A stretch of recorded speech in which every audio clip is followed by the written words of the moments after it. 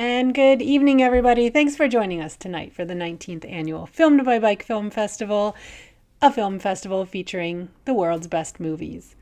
All week long, we're running a series of pre-festival events, free events to give you a little bit of insight into the people behind Filmed by Bike, the people on screen, the people in the bicycle culture, and the filmmakers behind some of the incredible films that we'll be showing this year.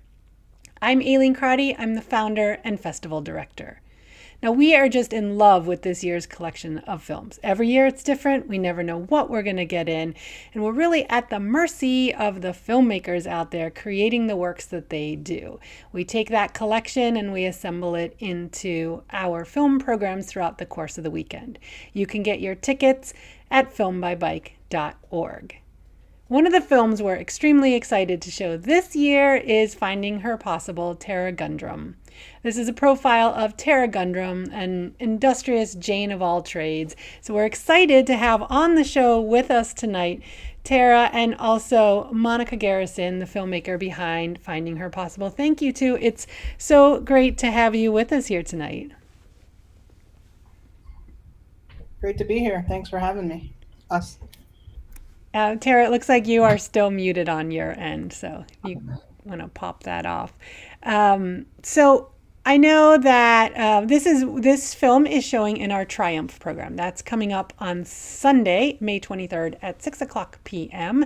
You can get your tickets at filmbybike.org. If you're joining us live, you can see over on the side the chat window, and you are welcome to chime in on the chat and ask questions of our guests. We'll do our best to get to those questions throughout the course of the program. So let's start off while Tara's working on her audio, and you can also reconnect in if you think that might help with it. Let's do that. But while we're waiting on that, Monica, I'd love to hear a little bit more from you as a filmmaker. What was it like to work on this piece, and what are some of the other projects that you've worked on as a filmmaker?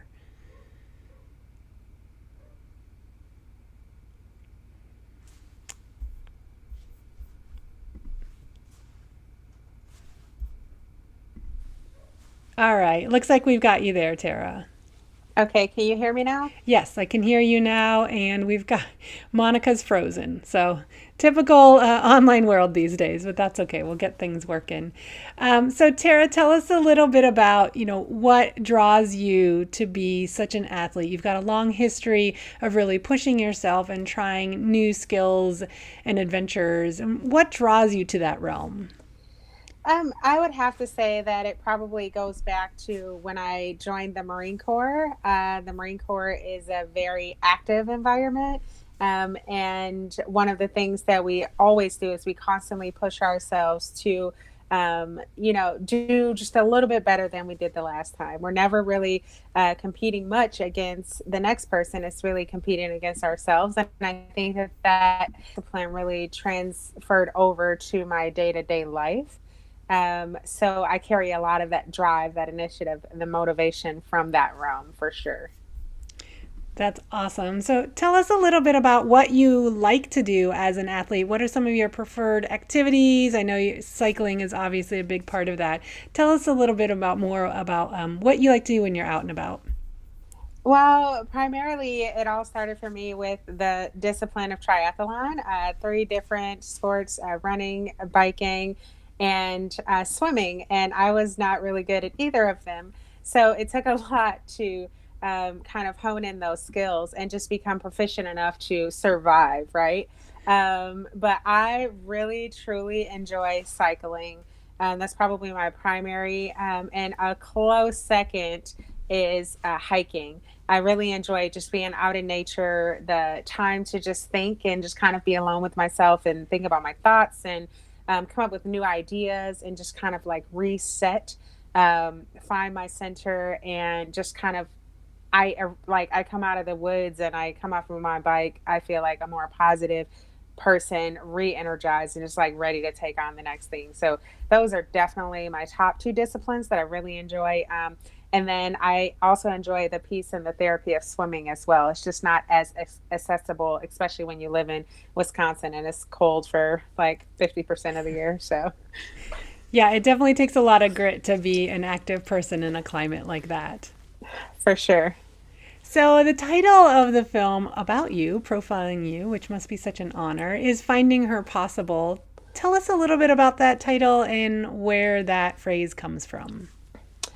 Well, that phrase just is a mantra for me about finding my possible because I guess I've always envisioned myself as someone who belongs wherever that thing is that, I want to be a part of. And I've never really excluded myself from those things because I didn't necessarily fit in or I didn't necessarily know how to do it exactly.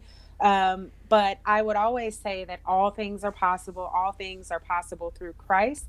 And I just need to find my possible. My possible is not going to look like the next person. It's going to look like what I can, produce. So whatever is possible for me is going to have to be adapted to my lifestyle and my ability. And that's where it comes from. And it holds true to me in every single discipline and everyone that I encounter is that you don't have to be like anyone else. Just be you. And whatever that is totally your possible. So it's actually something that I live by so much that I wrote my first book on it, which is Finding My Possible. Very cool. So, when you are out riding on your bike, what have been some of the most memorable moments or memorable places or experiences that you've had as a cyclist? I think the most memorable moment or idea of a moment in any single place is meeting people and taking the time to just really listen and have a conversation. That has been by far better for me than, any exotic place or anything like that because I don't get to experience that detail, that like sentiment in a car going like 55, 60 miles an hour. It is when I'm like cycling down the road and there's an old lady that's watering her lawn and I say hello. She smiles back enthusiastically and there's a conversation that's happening. Or the moment when I get a flat tire on the side of the road and I'm just like, all I'm thinking about is that and the kind people that will stop and just ask if they can be of assistance or have a conversation. And you just meet people and you learn so much about their lives and where they come from. It just really enhances my story, just hearing theirs. I just truly love that piece of it. I love that. And, that has been a theme this year of the folks we've been talking with. Several of our interviews have talked about that idea that when you're not in a car, when you are human powered transportation, when you're open to the world, you're on a bike, that people stop and talk to you and that you have that opportunity for a conversation that would never happen otherwise. And I just think that's so special. Absolutely. It's very special. And one of the things that I learned very quickly is some of the areas that I've traveled through is that I thought that going through those areas would be maybe a barrier for me because of the way that I looked. But I found out that I was very welcomed into those environments. And my experience was just extremely satisfying that it completely shocked me. So I think what I like to share with others is be careful. Of course, do your research, but don't be afraid because you could be pleasantly surprised with, the people that you encounter and the grace and the excitement for you being out there. Yeah, I think that's great. We'll talk a little bit about that for you and also for you, Monica, as well. As Black women in cycling, you don't see that in the media, you don't see in advertising. The image of a cyclist is a skinny white guy, often a little bit older. And so, as someone who's getting into cycling, when you were first getting more and more into it, what was that like for you not to see yourself represented? And how did you overcome that and persevere to just be someone who went for it anyway?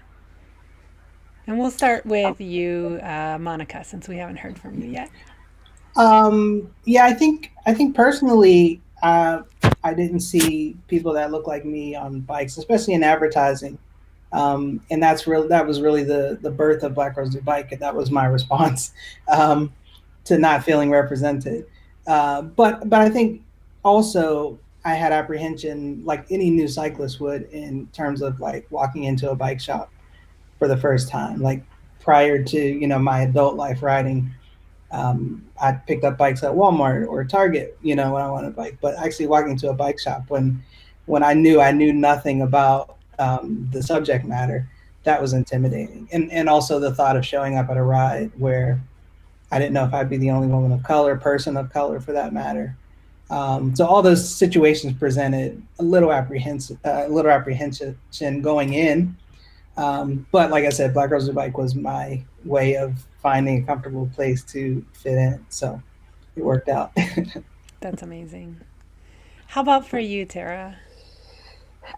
For me, as I stated earlier, I started in the realm of triathlon. So, in that environment, there was not a lot of people of color at the time that I started.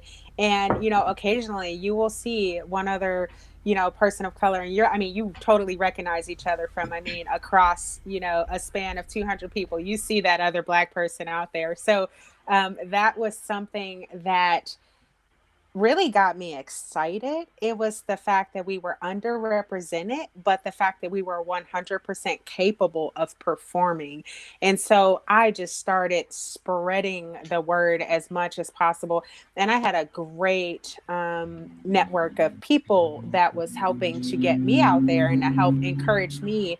And I just wanted to do that for others, and especially for other people of color, because I'm like, man, like, why are we not doing this? I just learned this at such a late age in life. And it's like we are totally missing out by not capitalizing on this great beauty and this great activity and this great network. So I just wanted to just advocate, advocate, advocate. Like, let's do this.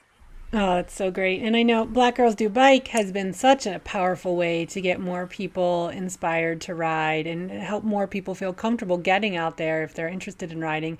So tell us a little bit about the origin, Monica, of Black Girls Do Bike, how it got started, and what it was like in the early days. Yeah, I mean, Black Girls Who Bike was kind of birthed out of this need that we talked about, this void that there was in the cycling community. But originally, 2013 was the magic year that I got on my bike and rode almost nonstop all summer. And I picked up the bike that summer because I felt that I needed to help my mental health, my physical health. I just knew that riding a bike could deliver those things to me from past experience in life riding.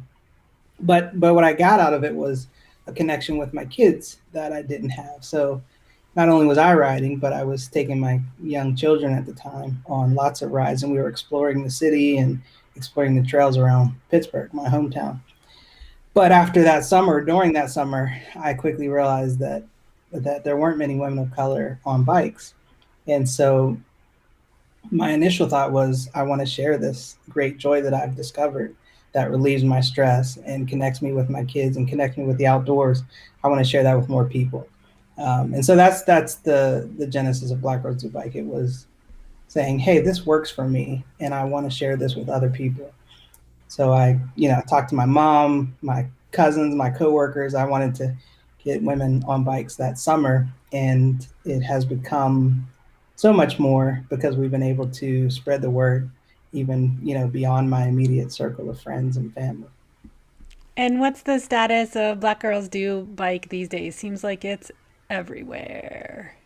Yeah, it's exploding. That's It's funny great. because 2020 was a crazy year for everyone, but we saw some of our biggest growth that year because people were looking for ways to get outdoors and spend time with their family. So it was like the pandemic was a catalyst to introducing more people to cycling. But right now we just crossed the 100 chapter milestone. So we have Amazing. 100 chapters. Yeah, and our one of our last chapters, our latest chapters, was in the UK in London. So now we have our first international chapter, Black Girls Do Bike London, and they're starting to ride now, which is exciting. So we're still growing. I have at least 3 inquiries in my inbox right now for folks that want to start new chapters. So yeah. That's great. And so, what is the focus of the chapters? I would imagine each one is run a little bit differently, but what role does that chapter play? Sure. So each chapter is the bare minimum that we require is that they ride once a month, and that ride be beginner friendly, because that's kind of where we want to meet people, right? We want to draw in those women who aren't riding at all, who aren't riding regularly, so that they can increase the number of times they ride per month. And each group has its own Facebook page, so they're congregated locally, so with women locally who can answer their questions. We have women from all skill levels, so that beginners can get help from the more intermediate riders. And then beyond that, we find that women kind of congregate in their along their ride level. So if folks are more advanced, they tend to ride together, beginner riders, so forth and so on. So it's funny how it all kind of works out, because we can come together as a group and help each other, but then we can also separate out and get that riding in that we need to at the level we're at. I think we talked earlier about the fact that when the two of you were getting more and more into cycling, that the imagery of Black people on bikes, let alone Black women on bikes, wasn't prevalent. And I am just amazed with the way Black girls do bike chapters all around do an amazing job of really showcasing the visuals of what's happening. I feel like I'm there when I look at those photos. I see people looking so happy, so strong, so vibrant, and it's clearly changing the visual narrative of what it means to be somebody who loves to ride a bike. And it also just looks like everyone is always having such a great time. Even, that some of those rides are hard and maybe it's hot out. I see like Atlanta, I see hot places and people are riding, but the images that are presented are always so positive and amazing. And I just think that's so impressive and such a great way to get the word out about everything that Black Girls Do Bike is doing. Yeah, I think that's part of our secret sauce. People always ask me, like, what's the secret? How do you get these people engaged over long periods of time and consistently? And that's what it is. I think they're truly having fun. And so I think that translates through the imagery. And so we try to post as much as we can to show what we are doing, showcase all the events that we're connected to, whether they be charitable events or, how to change a flat, clinics, anything. We're involved in anything we can get our hands on to educate our members. I think that's great. I know the bicycle industry likes to tell people that the way to get on a bike is to buy more gear, but I've always been a firm believer that the way to get more people on bikes is to make it fun, to showcase that it's fun, to be inviting and inclusive, and just go out and have a good time together. That's what's going to get people riding. So. For sure.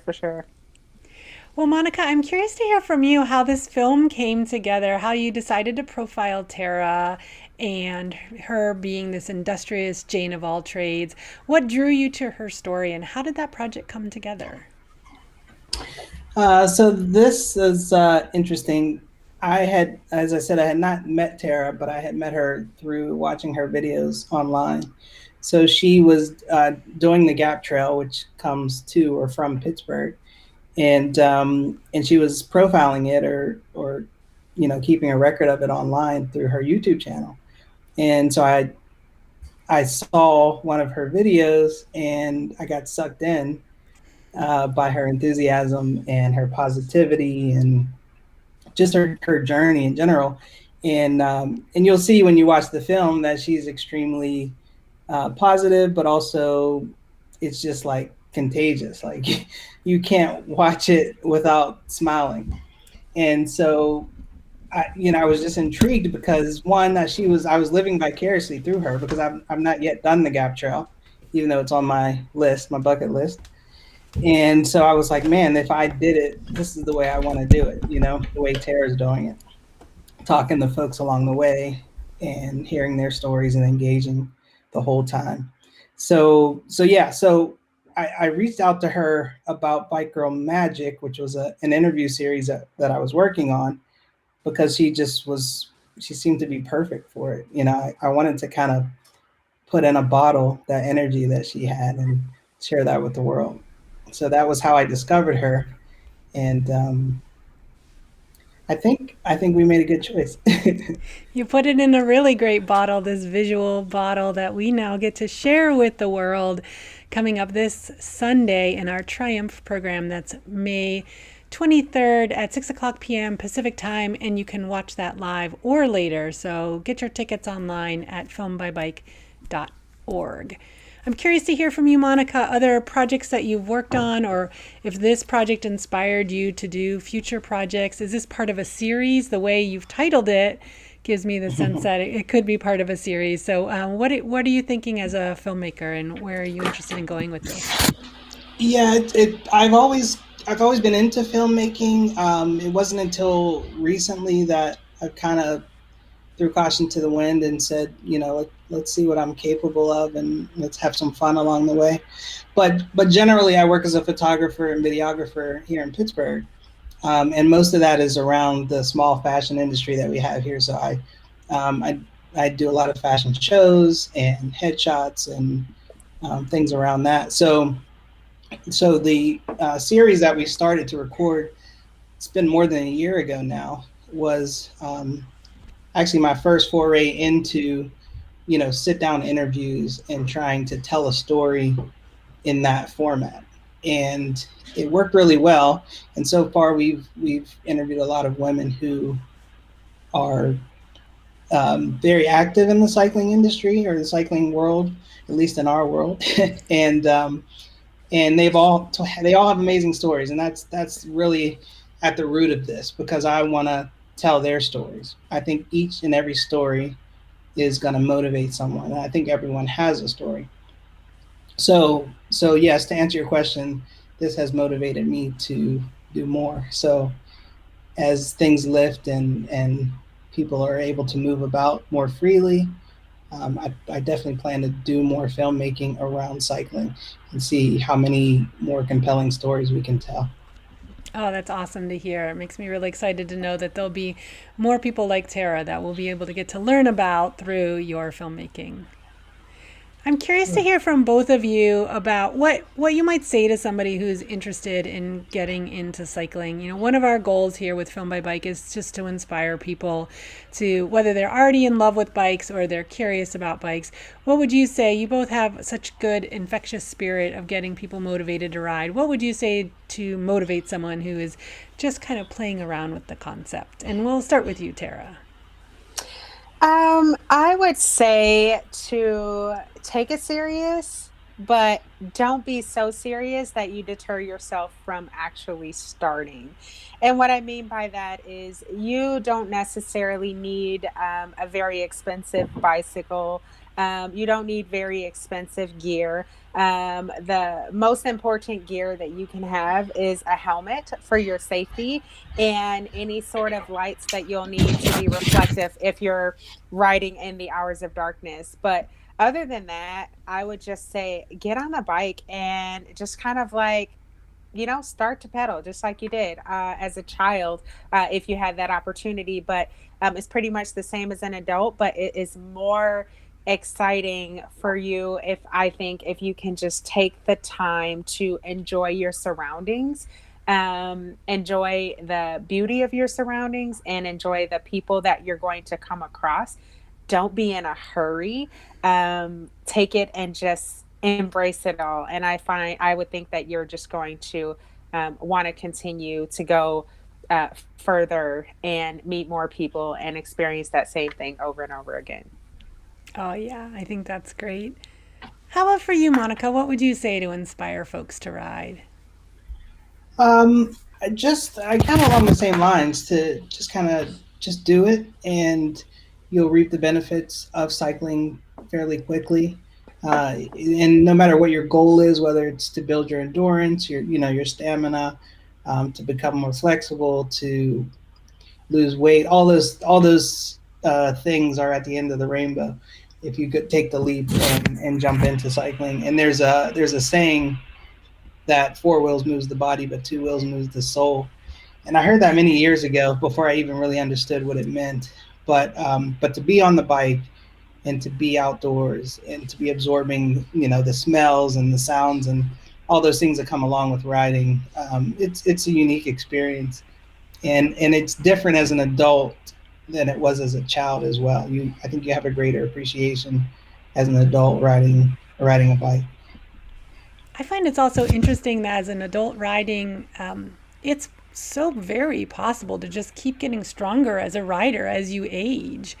I talk to so many friends who say, I'm in my 50s and I'm a stronger rider than I've ever been, or I'm a more physically adept person than I've ever been because I've dedicated myself to cycling. So I think it's interesting. So we know that this past year was challenging for people and it was challenging for everyone in various ways. What role did cycling play for the two of you as we worked through all the unknowns and the confusion and the scary aspects, the isolation and everything that came with the global pandemic? We'll start with you, Tarra. Well, that's a great question. Actually, the pandemic put me out to cycling because it's the only thing that I had at the time that I could grab hold of. So I literally went on my very first bicycle tour ever during a pandemic where things were half closed, half open. Some people were open to having a stranger kind of come through their organization, some were not. So for me, it was a big challenge, but it was so rewarding and empowering. And it allowed me to really kind of find my true passion through this pandemic, which it sounds crazy, but I really truly grew from it. And it was the cycling community that really looked out after me while I was out there. I mean, if I had challenges, if I needed to reach out to someone, that cycling community, they were always there. And honestly, the pandemic was not a bother to them. It was very interesting on how I engaged with the cycling world during a pandemic. It was amazing. How about for you, Monica? Yeah, I think probably the greatest thing I gained was time with my kids. Because I was thinking about it, like the pandemic, at this point, we've gone through all 4 seasons, which here on the East Coast, we get all the seasons. And they've been in school almost half of this time.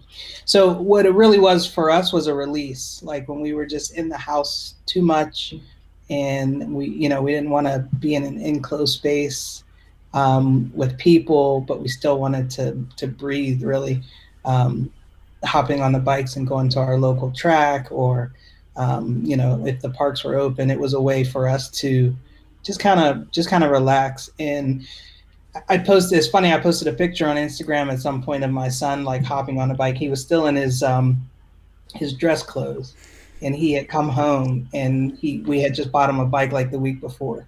And he was still in his dress clothes. He threw his helmet on, he hopped on the bike and he, started to ride around the neighborhood.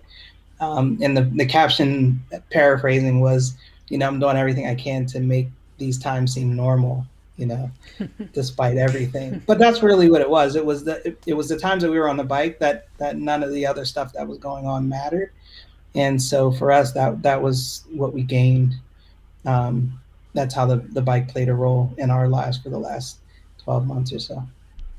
So, what is the relationship your kids have to bicycles? I mean, it's a lot to live up to having a mom that does what you do with Black Girls Do Bike. Are they into it? Do they do it because mom makes us do it? Or how do they feel about riding? I think they love it. I mean, they're kids. Bike represents a lot for you and as a child, especially the freedom that comes along with it and that kind of feeling of like almost flying and being free. So they like it in the way that most kids do. And they like riding with me probably the most because they can go further and experience more when they're with me. Like, we can stop for ice cream at the end of a ride, things like that. I will say that I just bought my daughter a bike in the last few months and she has decided she wants a skateboard now. So when I'm like, let's go bike riding, she's like, but can I take my skateboard instead? I can skate alongside you. So I'm okay with that. We accomplished the same goals. Right. But it's funny how, they're slightly obsessed with it, but not quite as much as I would hope they would be. Mm-hmm, mm-hmm. Yeah. So I'm curious to know from the two of you what you've got on the horizon for bicycle rides. What's coming up as the world starts to open up more? Do you guys have trips that you're planning or rides that you're planning, projects that you want to do around cycling coming up this summer? And we'll start with you, Monica. I still want to get a nice like 2 or 3 day bike tour under my belt. And I'm thinking like September, October when it's not incredibly hot. because I've missed the window now for spring. But and then I'm excited to get back to traveling. So I would love to. I have a couple destinations in mind, and I would love to have a bike at those places so that I can ride and explore as the locals would, not as much as a tourist. Oh, yeah, that's the best. How about for you, Yeah. Tara? I'm along the lines of right now, I'm still scheduling some of my summer rides. It's that kind of window where it's been challenging for me. So I'm excited to get back out there. But long distance thinking is a couple of overnighters. I'm very excited to get a couple more folks involved with touring. So I'll be doing just like bicycle tour overnights that are kind of like pseudo tours. We're going to coordinate having all of the product or gear brought to a location. We'll cycle and then, sleep and then cycle out the next day just to try to get the experience without having folks purchase a lot of gear right away. So that's one of the things that I'm working on.